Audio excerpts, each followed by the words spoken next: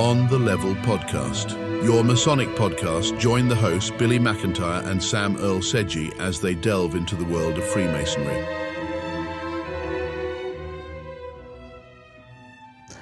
Welcome to yet another episode of On the Level podcast. Hello, Billy. How are you doing, my good man? It's a great day today, Sam. How are you?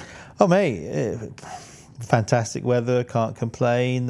Just busy, just getting all the little things I need to get out before I go to England and then Menorca, Spain with my family and my father. So I'm looking forward to that and just ticking away the laundry list of stuff to get done before this Sunday. But the weather's lovely. Every day is a blessing, and I'm very excited about the traveling, and I'm also excited about coming back and actually getting involved in our grand sessions. So for those that know, and again, if you're listening for the first time, Billy is the most illustrious Grand Master of the Council of Cryptic Masons of the state of Illinois, and I am the Grand Chaplain of the illustrious Grand Chaplain of the Council of Cryptic Masons State of Illinois, and also the illustrious Grand Historian for the same order. And it's been an amazing year under Billy's vision and guidance as the most illustrious Grand Master. It's been an incredible year. Membership in the state is up by a lot in comparisons to a couple of years, which is great. And our grand sessions is where we meet annually, and Cryptic Council members, Masons, travel all the way all across from the state of Illinois and from other jurisdictions. Usually the other grand lines from other jurisdictions come in support, and we have the annual day where it's kind of like a celebration of the year, but also a handover to the new guy in charge and the officers who are elected and appointed. So it's going to be quite an awesome event. I'm looking forward to it, and it's in the end part of July. What are your thoughts on that? It'll be a good day. It'll be a good day full of like you said, it's a celebration, but it's also a sad time. You got to turn over your leadership role. Then you hope that with any leadership role that you had for 1 year, I had enough stuff planned that I couldn't get it done in 10 years. But, with the help of yourself and some very good companions, I did get a lot done. You always shoot high and you hope for the best. And then if you don't get it done, there's nothing lost. But the guy that's going to take over from me, of course, it's an election, but we all assume it'll be Jeff Estes, and he is a super guy, and he's got a vision that's probably better than mine. So everything will be good. Cryptic Council's looking stronger every day, and I'm proud to be a part of it. No, absolutely fantastic. I've had the honor and pleasure of writing an incredible amount of historical articles that can be found on the Cryptic Masonry website of the state of Illinois. And also just traveling and being with companions and seeing the enthusiasm across the state of Illinois of Cryptic Masons enjoying the craft and doing the good work. And it's been an incredible year and a lot of fun. I've had a lot of fun.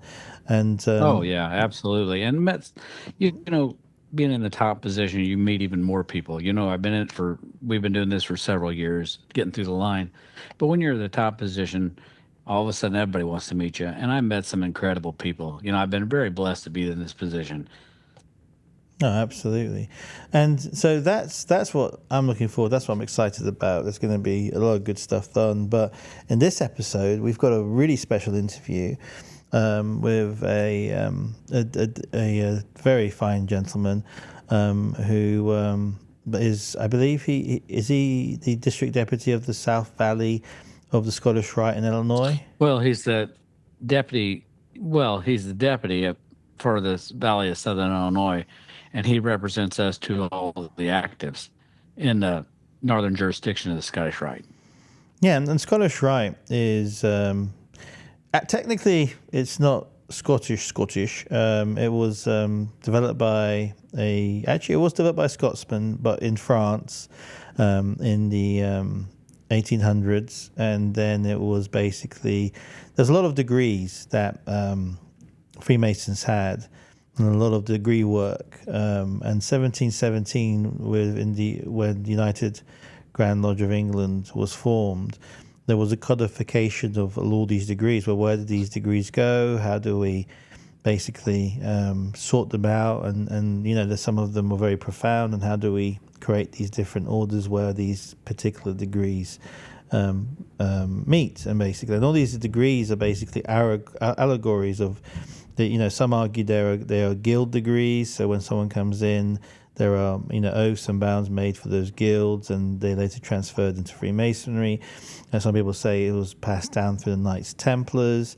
And you have to remember, in an age where there wasn't the internet, there wasn't email, there wasn't really a functional postal delivery service unless it was run by the aristocracy or by the king. So a lot of things were done like, if you were going to send messages, you would have to hire a messenger or have your own messenger, and he would have to take your papers and deliver them, and then come back. And that's if he survived the bandits and whoever else who would try to intercept your messages. There was a pigeon courier service where little messages were sent across different places. But again, you have to, I want to take you back into history where really post or what we know as letters was sent by couriers, and there wasn't really a United States Postal Service or the British Post Office or the French Post Office or whatever.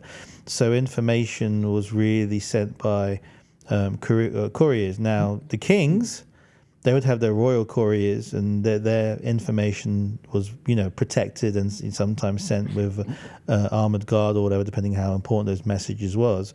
But if you're like a normal, trader or merchant or weary traveler, well-to-do, getting information across many different lands was sometimes an arduous task, and it would take weeks and months. So Yeah, and something else that we need to also point out, that's something that they could be running this, and a group could be having these degrees or whatever, but just like we were talking about during World War II and World War Three, or I'm sorry, One and Two, they was whole councils and lodges wiped out. So if you happen to be that keeper of that in that lodge, because it wasn't as widespread back then, it would have been lost to antiquity. That's right. And also you have to also bear in mind in those realms and in that timeline, there are elements of the Catholic Church and other organizations that saw Freemasonry as a threat. Other organizations and other establishments kind of embraced it. We know, like the English kings, many of the English kings in the 18th century were Freemasons, and it was widely accepted in other places. But in some places, it was a threat to the structure or to the autocracy of the country.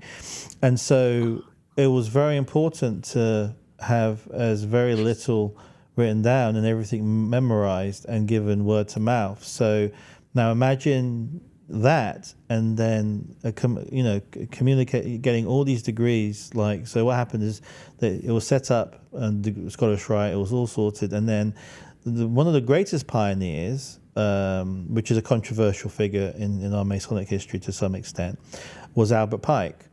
And he was very fortunate of being in the higher echelons of society, where he was able to have access to solid courier networks, and he was able to acquire, because of his acceleration in the Masonic fraternity at that time, he was able to acquire a lot of degrees from all over Europe, from England, from other parts of the world, and also in the US. And he basically, apparently, he had the photographic memory, and then he basically created what we have today, or what we know is the U.S. Scottish Rite, basically, which is broken up into two jurisdictions. You have the northern jurisdiction, and you have the southern jurisdiction, and you have all of these degree works. And some people argue that Albert Pike, took it to another level and changed a few things and made it more secular.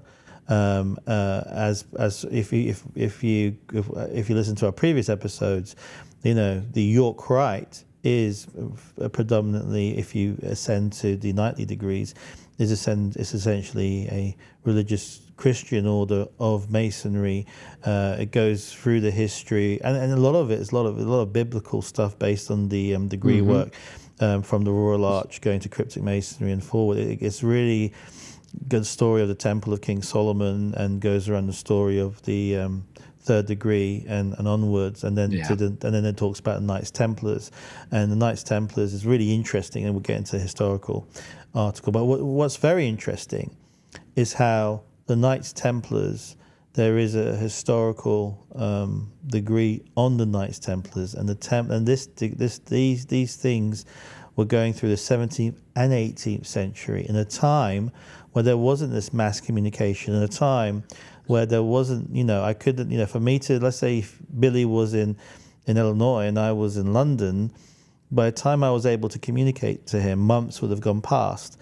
So that what I'm trying to say, that builds a strong connection that the Templar degrees and the argument of a lot of our Freemasonry descended from the Templars, because that was a huge deal of becoming a Knights Templar. And there's this old picture, and you'll probably find it on the internet. Some lodges have it, some places have it, and there's this picture of the steps of Freemasonry, and it shows like all the appending bodies, all the degrees, all that kind of stuff. And on the highest steps, now remember, the biggest achievement you ever make as a Freemason is becoming a Master Mason. That's the highest privilege, honor, and kind of rank you can get. Everything else is just a privilege and honor, basically. But the Master Mason is the highest order of all basically degrees, the third degree. However, if you look at the progression, and it's really about the leadership framework within Masonry, there's an old picture where it shows a Knights Templar, a York Rite Knights Templar, standing on the top, hand in hand, of a 33rd degree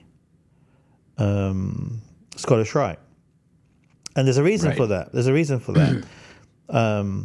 In Freemasonry, when you're in lodge and when you're in the temple, there are some things that are prohibited that you cannot discuss, and there's religion, and there's politics. You have to be obviously a man of faith, believing in the higher deity, but religion and politics is something that's not discussed whatsoever. And if you think about it in that time, in that realm, most men in that realm in Europe and America were ardent Christians, and that's where kind of like the York Rite kind of basis of. But there were also secular Christians and other people of men of faith, or men who believe in the higher deity but weren't ardent Christians of particular denominations.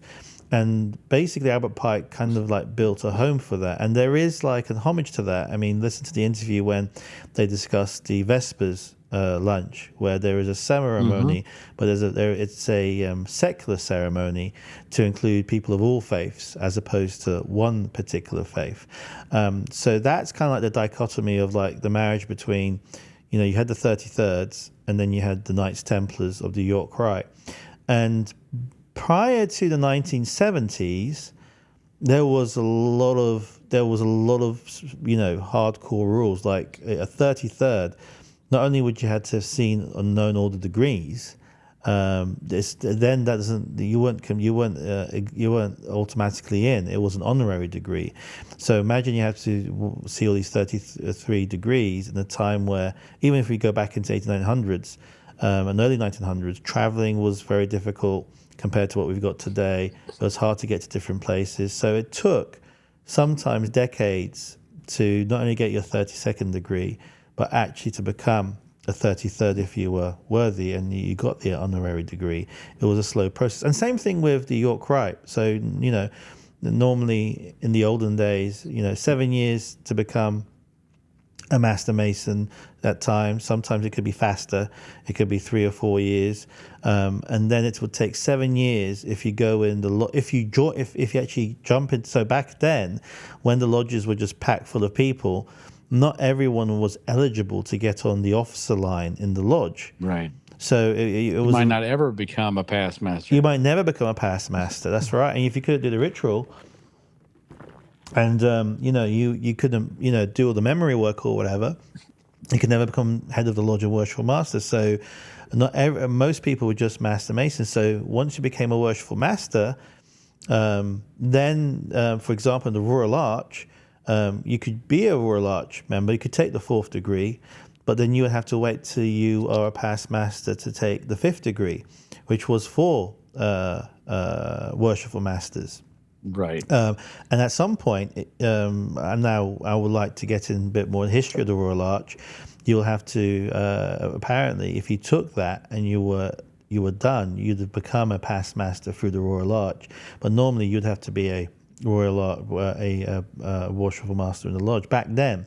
And even the Royal Arch degrees, with the knightly degrees and the cryptic degrees, these would take years to advance. So you would probably become a Knights Templar in 15 or 20. It was relatively the same timeline as you would become a 33rd.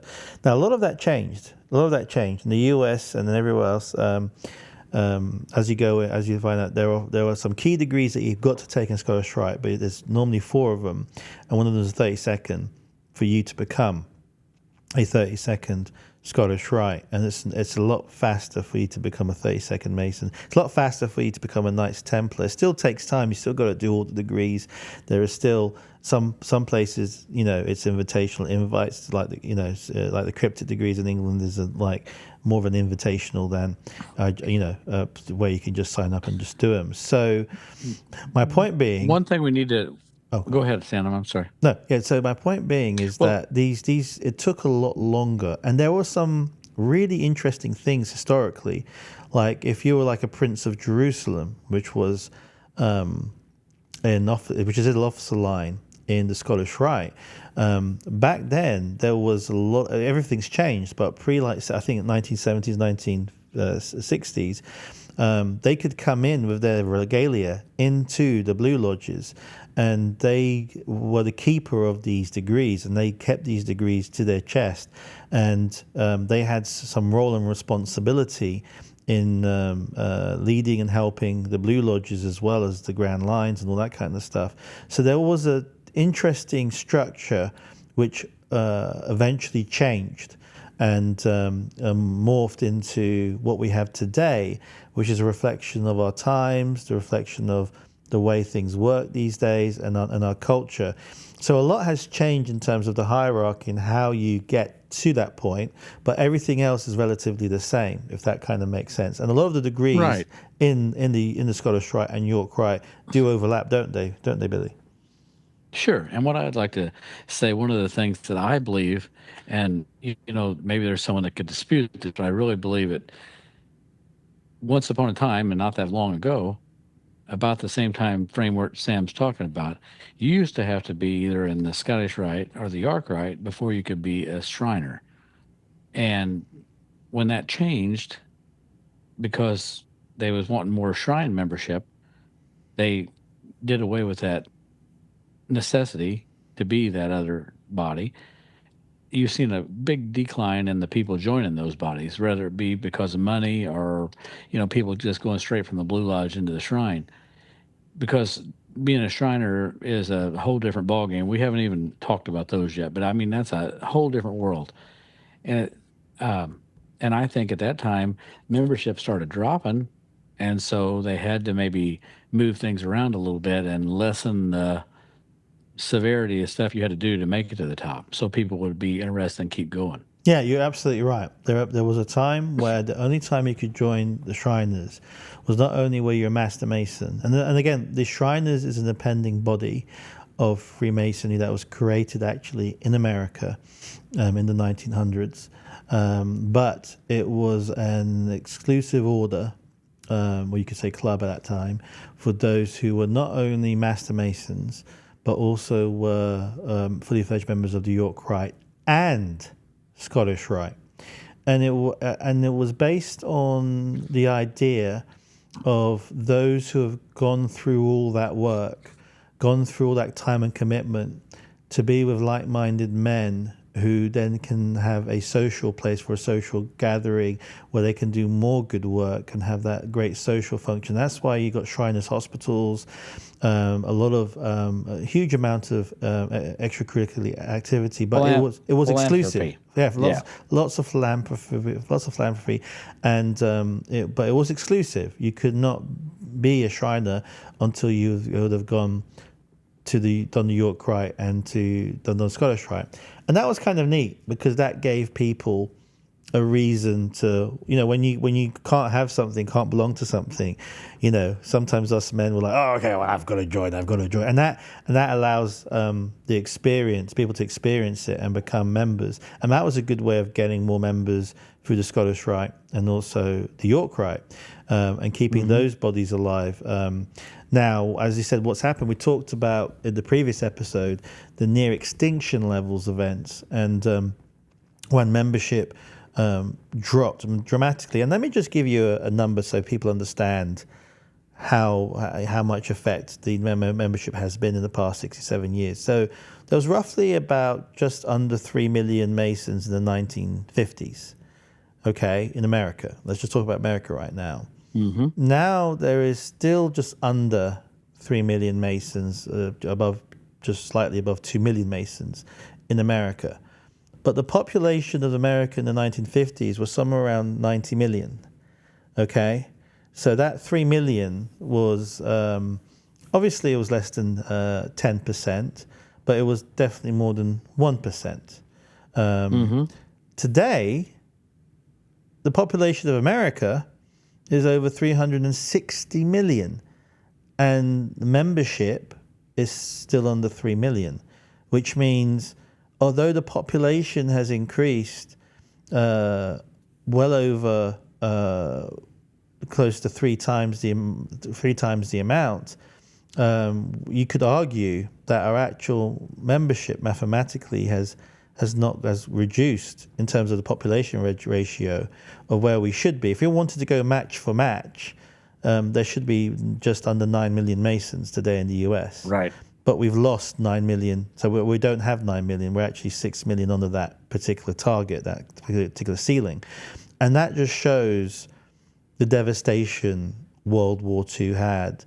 Did a lot. I mean, I still have brothers who had uncles who never made it back to the US. Or, don't get me wrong, compared to the dead, there was a lot of men who are wounded, who were not able to marry and able to produce children. And so there was a whole lost generation of where there were men who could have been fathers, had families, who were Masons, who could have continued that path. And the issue that we have back then, and we still probably have, is that having a Master Mason going through the lodges or going through all these other degrees, having them retain all this ritual is really dependent on the Master Mason and the local group. And when you lose just several really good ritualists, it's a massive loss, because you're not just a member of something, you're a member of something that's retained a lot of information that's been passed down. Let's just say something happens to you and 4 other people at the same time. It can cripple a lodge, even today, even more worse. And so that's what's happened. And so and then with what I said before with Joseph Goebbels and all the propaganda from the communist countries, Soviet Union, places like the PRC and other places which are autocratic, not necessarily communist, but in the Middle East area, that spewed a lot of hate and a lot of falsehoods about Freemasonry, really shut a lot of doors. I know for a fact that I would have joined Freemasonry in my 20s if I wasn't so afraid of all the nonsense conspiracy theories like I was when I was a kid. And when I joined it, I can tell you guys, it's all a bunch of malarkey and rubbish, all the false accusations, all the rumors. But think about it, that stopped me from joining early. How many millions of good men where it's like, ooh, if that's true, I wouldn't want to do that. That sounds a bit, iffy if that ritual is true. And the thing is, we're a very humble organization where we've never really speak up for ourselves. We just continue to do the good work. So, it's kind of, a double whammy in our end. And we're just starting to reach out. The Grand Lodge of Illinois is just starting to reach out in doing adverts and reaching men to become Masons and become better men. The United Grand Lodge of England just a couple of years ago just started. And we're talking about, if you go back 10 years, there was nothing. You go back 20 years, there was nothing. It was usually people who knocked the door then would have to be, vetted, and if they were worthy, would come in. And it wasn't an easy process to come in and becoming a Master Mason. So I agree with what you're saying, but the Scottish Rite has really, if we're going back to that, they have really perfected advertising. And I think it was because of them that the Grand Lodge of Illinois jumped in and started advertising. Because, I mean, if you look at the marketing they have, the Scottish Rite's got it. I mean, it is really good. No, you're right. I mean, you're talking about just these. Well, you're talking about probably the past 7 to 8 to 10 years, especially in Northern jurisdiction. They have really stepped up. They have really, really stepped up. But what's really interesting, they've really stepped up internally, because they can only get their membership from Blue Lodge Master Masons, and some of that may filter through the general public. But they've got an amazing, sophisticated. They've really poured the investment and the time. And you're right, they do have probably the best. Well, they're actually trying to get people to be Masons as well, because they realize if they get Masons, then they got a chance of getting Scottish Rite. So, I mean, they've really, give props where it's due. And I mean, they really have done above and beyond. Yeah. No, I think you're right. I think that they're really, well, again, the Scottish Rite historically has always been, I guess, what you can say, the innovative branch of Freemasonry. Mm-hmm. A lot of the degrees are rewritten and redone. They're more philosophical degrees, whilst the kind of like the York Rite is more of the ancient degrees that don't get chopped or changed. They kind of like remain the same as from time immemorial. And if there are a few changes, they are slight changes. They're not massive changes, and that varies from jurisdiction. Right. And what I was going to say, Scottish Rite will actually have some modern degrees. I mean, they have updated their degrees when they think they can get through to their members and get they're all more about making a good man and what makes a good man. That's more of what your Scottish Rite is in layman's terms. That's right. And so if they feel one of the degrees don't relate to the people anymore, they'll actually get a group, and it's not a local group. It's a massive group that gets together, and they'll come up with a degree that they think better gets suited the membership on how to be that good man. No, absolutely. So you got something that's really interesting. You got kind of like the innovative, kind of like philosophical University of Freemasonry, and then you've got this ancient traditionalist order that's been going on for centuries. If you follow us and we go through the historical parts in the next couple of episodes to come in the months to come, and they work hand in hand, and they are there to build that Masonic experience. That's why I'm saying you need to join both. Now, my recommendation first is a realization that once you become a Master Mason, you're a Master Mason for life. So there is no rush in joining anything. Get along with find the right Blue Lodge for you, get along with the members, spend time, put time into that, and follow your heart. There is no right and wrong. It really is, go to one of the meetings when you're allowed to, kind of like an open day or whatever. Ask questions. Yeah. Because this is more time that you're going to give to that particular pendant body and get involved in. And there's a lot of voluntary work involved and a lot of time that's put in. And we say in Masonry, this is the order you need to follow things: God, family, business, then Masonry. Make sure you're right with God. Make sure you've got your family sorted first. They come first before everything else.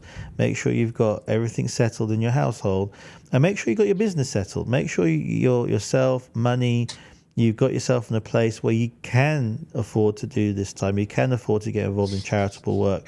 So it's a measure of time. I remember you are a master mason for life. And sometimes I've seen some of the younger guys join everything and then get burnt out very, very quickly and then disappear because they've gone in like the hare as opposed to the turtle, and basically have consumed a lot of things, but then they find out, oh my God, I got 5 or 6 meetings, a month, and I can't do that without giving up other things that I need to do.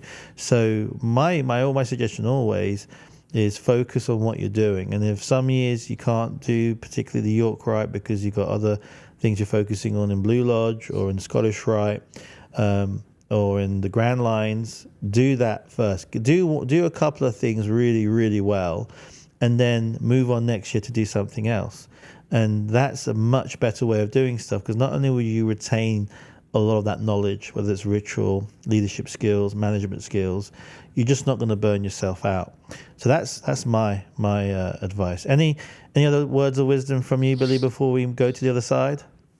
I would just like to say that this will not be our only Scottish Rite thing. I've lined up a couple other guys that are actually active, and active is so one of the cool. guys. There's a few select people that are active, and that's not one from every valley. It's not one from every state. Just depends on how they fall. And they run the another jurisdiction. Now there's an overseer to them, and when you become, you'll know more about it. I really don't want to get into a lot of stuff, but there's a guy that's their boss, or more like their president, if you will, and they kind of keeps things running, but they make all the decisions on what changes. And so there's a couple of those that want to come in and talk to us, So to exciting. get the message out. Yeah. So, but now that's not going to sell Mark sharp, because Mark is fantastic. I had a pleasure being in the valley with him, and he is a innovator. He is worker. He works his butt off all the time for the valley, and he loves the Scottish Rite, and that's who we're going to hear from next. Okay, and welcome back to another edition of On the Level podcast with Sam Seji and Billy McIntyre. Today we're got the pleasure of introducing Mark Koenig, that's a deputy representative of the Valley of Southern Illinois for the northern jurisdiction of the Scottish Rite. Mark, how you doing? I'm doing well. Yeah, thanks for having me on. Oh, wonderful. We're hoping that people will get a deeper insight of what the Scottish Rite is. So we're going to ask you a few questions, and if you'd like to add into anything, please feel free to, because we're really laid back here. Okay. So what I'd like to start out is, how long have you been a Mason? I've been a Mason since 2017. Okay. And how long have you been a Scottish Rite member? Since 2018. 2018. Yep. Yeah. So I guess in a way, let's see. I took my first degree. Technically, I took my first degree in September of 2017. Second degree, I believe, was October, November that same year, and then I did my third degree in January of 2018. Okay. Then I came into the spring reunion class of the reunion in 2018. So very soon after becoming a Master Mason, I joined. And I had the pleasure of being in the Valley of Southern Illinois with Mark, and I know he's a wonderful leader, and he's been a leader in the bodies. And talk to us a little bit about your experience with being a leader in the bodies of a Valley of Scottish Rite would be better.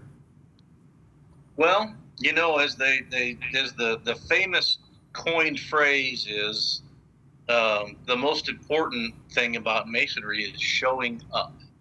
Yeah. And there's a lot of truth to that. So, especially with a lot of valleys and in ours and other bodies, showing up and showing interest gets you noticed. And it's pretty easy to, follow through with becoming an officer or some sort of, job in the Scottish Rite by following literally just that, And so I gained a lot of interest in the Scottish Rite off the bat. My home lodge has a lot of members of that valley. So it just kind of made sense it was the same guys that I was friends with from the lodge. you'd see them at at the valley at meetings, and so it just kind of continued the same path there. So pretty quickly, I got into the bottom of the Rose-Croix line, and things have they've kind of gone from there. Well, for the people that don't know, there's a couple different bodies inside the Scottish Rite. It's made up of, well, some are made up of 3 different bodies, and some are made up of 4. Am I right, Mark? Yeah. I mean, I think every valley in Illinois is going to have 4 bodies. Okay. Well, but so we have. Yeah. So you'll have the like a consistory line, you'll have a Rose-Croix line, Lodge of Perfection line, and the I can't. It's slipping me the last one, but there's 4 main bodies. Like I said, in Illinois, it's pretty typical that they all have the 4 bodies. I've heard that there may be some valleys throughout the northern jurisdiction that may only have 3. Okay. But I can't really be 100% certain on that. But technically, there's probably other parts other than those 3. There's other bodies that are in there, like the Knights of St. Andrew, and there's other little groups and organizations that are offsets of the main bodies. But and sometimes the Knights of St. Andrew have more of a part in the valley, and sometimes not as much. Correct?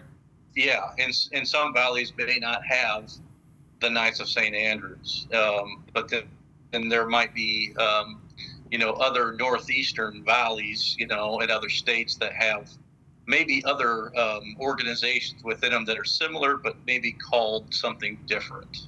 Right. Yeah. Well, and the reason I'm trying to justify or tell everything is because we got listeners even throughout the world, not just Illinois or just northern jurisdictions. So I'm sure there's people curious, and that's why I'm asking the questions I am. Sure. So my understanding, from a historical aspect, is you have the Scottish Rite. You've got your 32 degrees, the 33rd is an honorary degree, and there are a lot of officer lines that take care of certain parts of the degree, going up for all the one from 1 to 32 and so forth.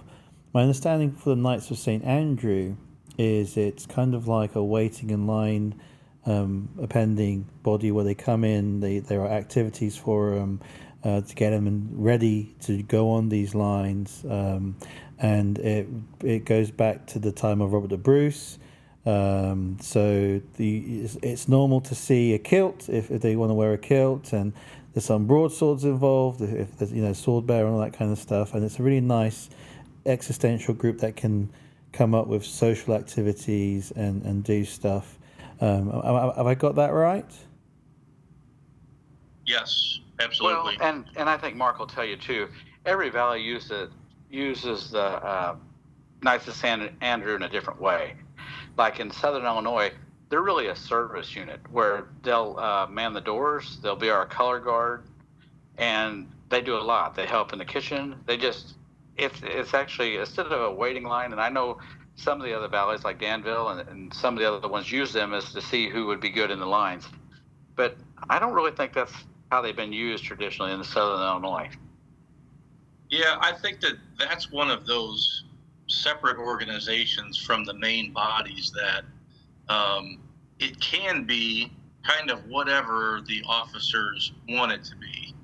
So it can be different if it, according to whoever is deciding what they want to do with it, So yeah, like typically, like maybe in one area they stick to a certain part, of activities, and then, but it's not to say that they have to be in those activities, and it may not be that way everywhere else. The Knights of St. Andrew may do different activities if they are in just a different valley or a different state. There's not really anything that is holding them, to certain constraints, if that makes sense. Absolutely, So, absolutely. It sounds, Absolutely, yeah, wonderful. it sounds like down the Southern Valley, down the South Valley in Illinois, you guys are taking it from the historical perspective and continuing that particular tradition. I've seen pictures in some lodges, even blue lodges of Scottish Rite members who are no longer with us, unfortunately, but are in heaven, and they're in their full kilt, full Scottish, Highlander regalia. It looks absolutely amazing, playing bagpipes and all that kind of stuff. But just going back, so at this moment in time in Scottish Rite, you mentioned one thing, a reunion, and the reunion happens, I believe, twice a year, and that's where kind of like we invite candidates, if I'm correct, in the local area to become those who have had their petitions read and have been accepted to get their degrees. And I believe I think early 70s, you had to go through pretty much all the 32 degrees. Now you have to see 4 of the Scottish Rite degrees, and then you get this passport, which is like this booklet, which is really cool, and that encourages you to continue on your journey in Scottish Rite to eventually see all the degree work. Have I got that right? I think mostly. So yes, reunions. So we hold a spring and a fall reunion, and that's been, historically, that's what's always been. Now, that is when you bring, new candidates come in, new members come in during those. They witness degrees. So we do have key degrees that are put on, specifically the 4th degree and the 32nd degree. And then we usually show another degree, at least, there's another key degree in there. The 14th degree is one of those key degrees. So that was always that you at least always saw those degrees during a reunion, and then there was always other accompanying degrees, so you may see anywhere between, let's say there's 5 and 7 degrees that are typically shown in a reunion. Sometimes there may be more, sometimes about that. So when you go through, when you're a 4th degree Scottish Rite Mason, when you witness that, that makes you a member, but you're a member of that degree. As soon as you go to a reunion and they see the 32nd, when you see the 32nd, then you are a 32nd degree Mason. And you're a 32nd degree Mason whether or not you have seen all of the middle degrees or not, if that makes sense. No, that makes absolute sense. Yeah. So it's up to you. Over time, we always will run through the number of degrees. And we have basically what we call like a 5-year plan. So at least in our valley, where within 5 years, we try to rotate through all of the degrees and show all of those degrees. Oh wow. Yeah, it takes quite a long time sometimes to see all of them. And sometimes what people may do is they may visit another valley because you can see the scheduling, and so you can see degrees that maybe not have been put on, within a time frame in your home valley. You may be able to travel and go to another valley and see the degrees at another valley. It's kind of an expedited way that you can fill up your passport. Typically there's a lot of people that it takes quite a bit of time to see all of them. And that's historically been how it is. But one thing I'd like to add, and I'm not going to cut Mark off at all, but the Scottish Rite has also made it easier for people to start getting their books filled out by starting something called the Thursday Night at the Rite. Now, it's not on all the time, but they have beautifully filmed, professionally filmed degree work that they put on for these other degrees that people haven't seen in a while, and they're really, really well done. They're like movie productions. Do you want to talk a bit about that, Mark? Yeah. Just like Billy said, they have extremely well produced degrees that are video degrees, and they have a program called Thursday Night at the Rite, and it's usually within certain times of the year they do like a programming schedule, and so you can watch them on your computer from home. You have to be verified pretty specifically that you're a Scottish Rite Mason to see that, of course. But you can view the degrees from your computer or laptop, wherever you may be.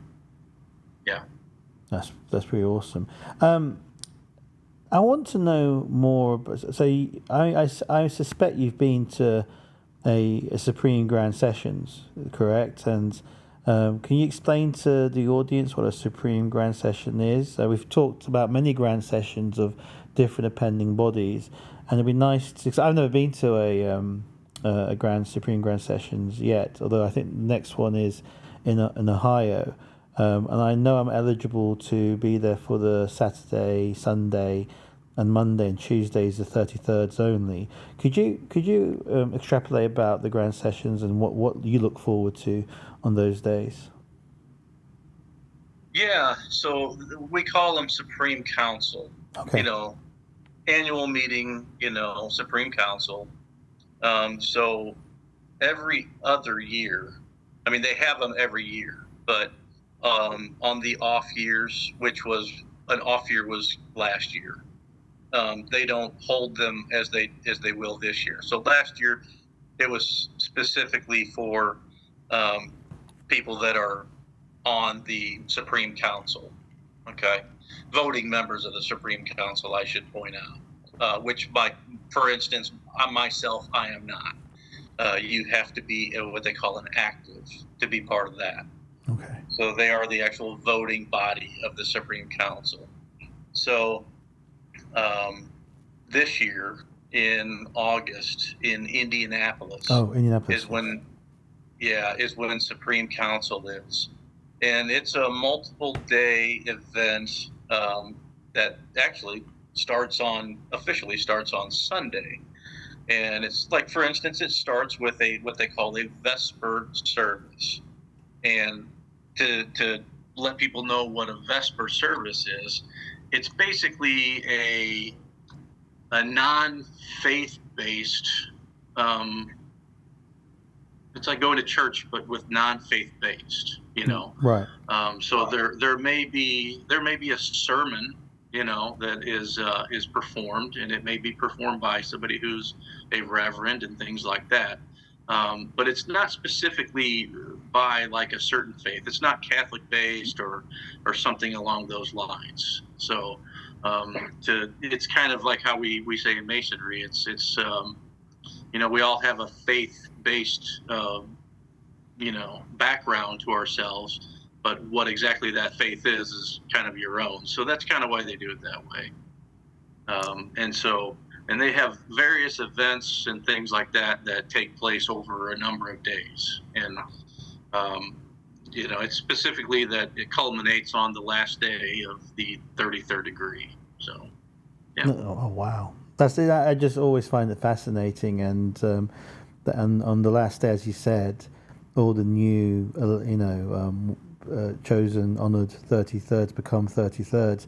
Now, there is a place where I'll suggest you to go. I was talking to a 33rd just on the Saturday, Barry Weir. He's a past most worshipful Grand Master of State of Illinois, and he's going to go to a place called St. Elmo's. And if you do go to St. Elmo's, which is a fantastic restaurant, make sure you have their famous shrimp cocktail, because there'll be some serious bonding after having that. Or the horseradish will make your eyes water and tears. And so if you've got the chance, Mark, with your fellow 30 seconds and 33rd tour, 33rd right now, go to St. Elmo's and have a meal there. But you've got to book in advance. It's a very nice establishment, and I've been there many a times.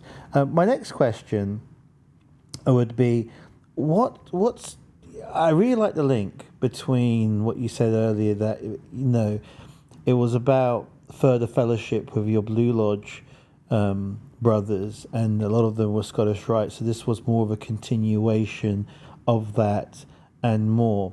But what makes your valley so special, where you are really encouraged to turn up? I believe there are 2 meetings a month. Is that correct? There's a board meeting and there's the actual stated meeting. What makes you get that? And I know, and Billy, I'm going to ask you the same question as well, because you're very active as well, both of you. What really fires you up about the Scottish Rite, and what are the experiences that keeps you going and getting more involved? Mark. I'll let her guest go first. Yeah.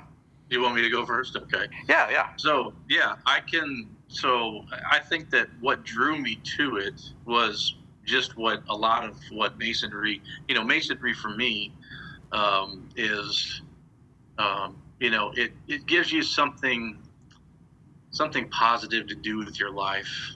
With a lot of other people that are doing the same thing. So you're around people that are in the same thought, process as you are with, doing quality things with quality people. And it just further kind of solidifies that that's what that's there for. There's always a lot of, fellowship and events and dinners and get-togethers. And, it kind of, to me, there's a lot of places that a person could be where you might be searching for those type of things. And, to me, that's what it provides. But that's my personal journey with it, Well, I should never let him go first, because now I got to try to follow that up. But I would like to say that, I like the brotherhood, because you do meet new friends there. And, most of the time they're pretty much like-minded, because you wouldn't be there if you didn't enjoy, masonry, and you're seeking further light. And, we talked about the York Rite a lot of times, and they have degrees as well, not as many as the Scottish Rite, but it's a completely different experience. And like I've said before when I was talking to the York Rite guys, it's not that one's better than the other. It's just a complete different way of looking at things. Not that one's better, not that one's worse. It's just something that, if you're looking for further light, the Scottish Rite's a good place to start. Well, I'm really impressed, because the organisation, especially in the United States, and I can only speak for the northern jurisdiction, it's really well set up, and there is a lot for you guys to do online as well. They have a lot of resource through, once you become a 32nd Scottish Rite resource on not just history and literature. You can actually do further studies, and there are exams that you can take to see if you understood what you've learnt. There's a lot of leadership activities and making men better. And what's really interesting about the Scottish Rite, I have a friend who was the head of Army recruiting of the United States Army in Illinois, and he became a Master Mason, and he joined the Scottish Rite. And while being a military man, you keep getting moved over. I'm not sure which military base he's at. It's actually a very big, well-known base. I forget its name. But the base he's at has a Scottish Rite lodge, valley there in the actual military base. Some military bases do have Masonic lodges. I just thought it was really interesting that he not only, as a man who serves his country and is still serving his country, he's a West Point man, continues to do what he's doing, but at the same time he's in this fantastic cathedral. It looks like the inside looks like a Scottish Rite cathedral, and he can continue his Scottish Rite practice and Blue Lodge practice in that military base. And it's in America, guys. It's very strong, and they've done absolute great work in terms of maintaining the rituals and also improving them. And I would say, from my understanding historically, this is the place, this is the university, the philosophical school, the place where, you get to learn more about yourself. And as Mark said, be amongst quality people and improve yourself in masonry. And so it's very, and you can get really, really into it. It can get really involved, as I've seen a lot of my friends get involved. And is there anything you want to add to that? There is one thing that I will kind of add. We do have kind of a mission statement with the Scottish Rite, and so the mission statement of the Scottish Rite is that we will strive to be a fraternity that fulfills our Masonic obligation to care for our members. So there is, I know that's kind of a characterized statement and all, but sometimes when somebody may ask, everybody says, it's the typical, what do you guys do? What do you do? Well, what we strive to do is one thing, especially, is particularly that. So we not only do we put on these degrees and have events and gatherings and get-togethers and things like that, but we always try to. We do have a lot of fundraising. Obviously one of the biggest ones is the Dyslexia Center, which we are. That is our charity, started by us, that we do a lot of charity and fundraising for. But to care for our members is a big one. And if I could add something real quick, and I'm not trying to interrupt, I'm sorry, but as far as the Dyslexia Center, for the people that don't know, that's operated so that every student that needs to go there goes there free. They don't have to pay a dime. Oh, wow. That's a very expensive thing to do if you don't have something like the Scottish Rite providing that.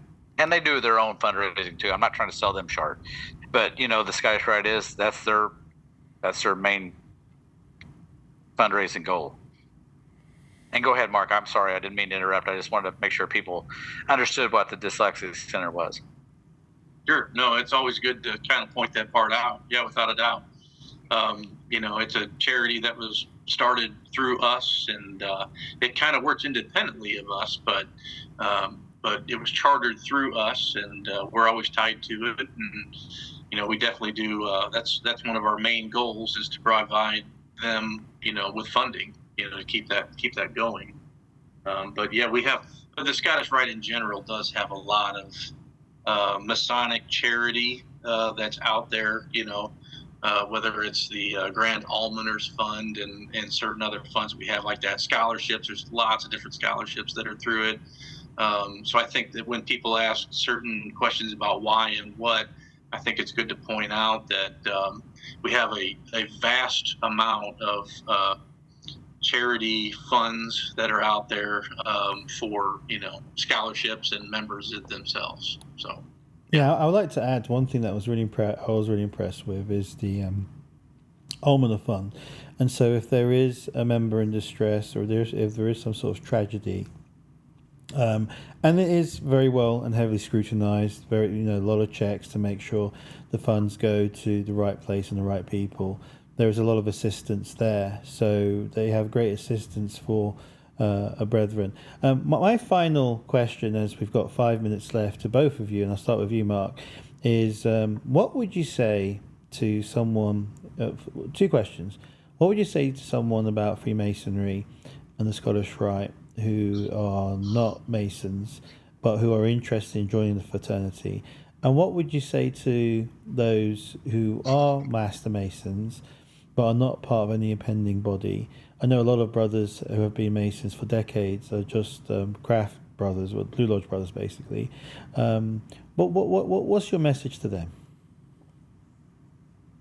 Well, I would say, first thing, to a non-Mason, I would tell them that, I wish that I would have gotten involved sooner in life, because I felt like I missed out for a lot of years. And, Masonry is that you get out of it what you put into it.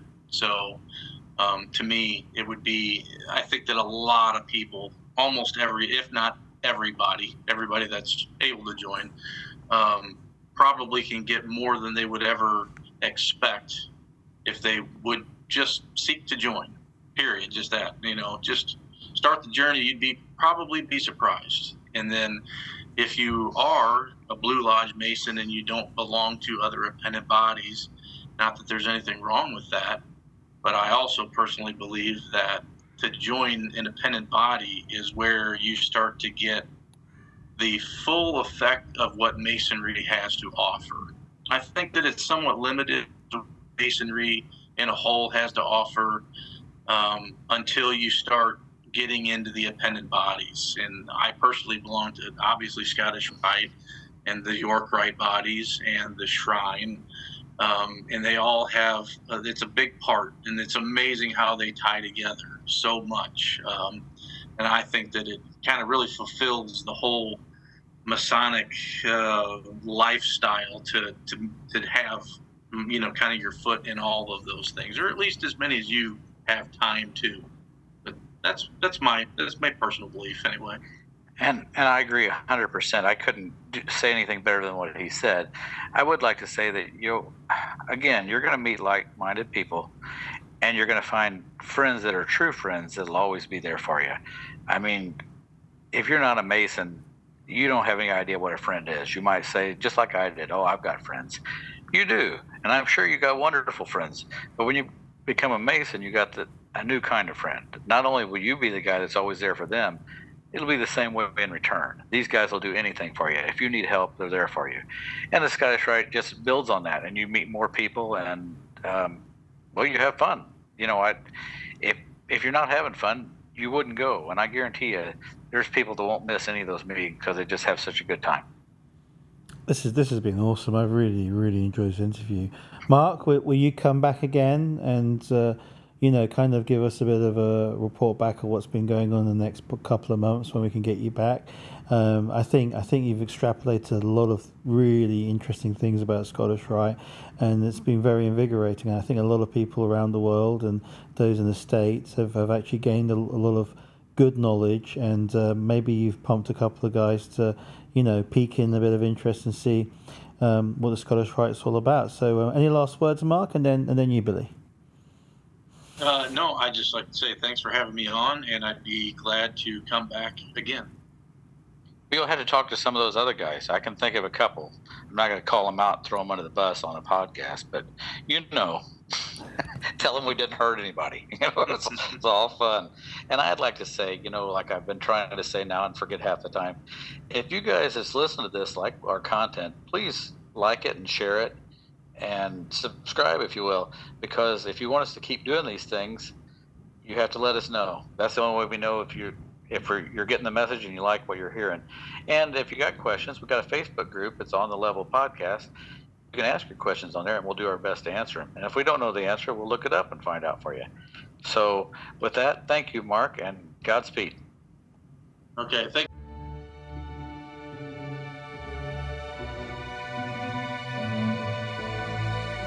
Thank you for listening to On the Level Podcast, your Masonic podcast. When you are ready, duly and truly prepared, you can always knock on the door.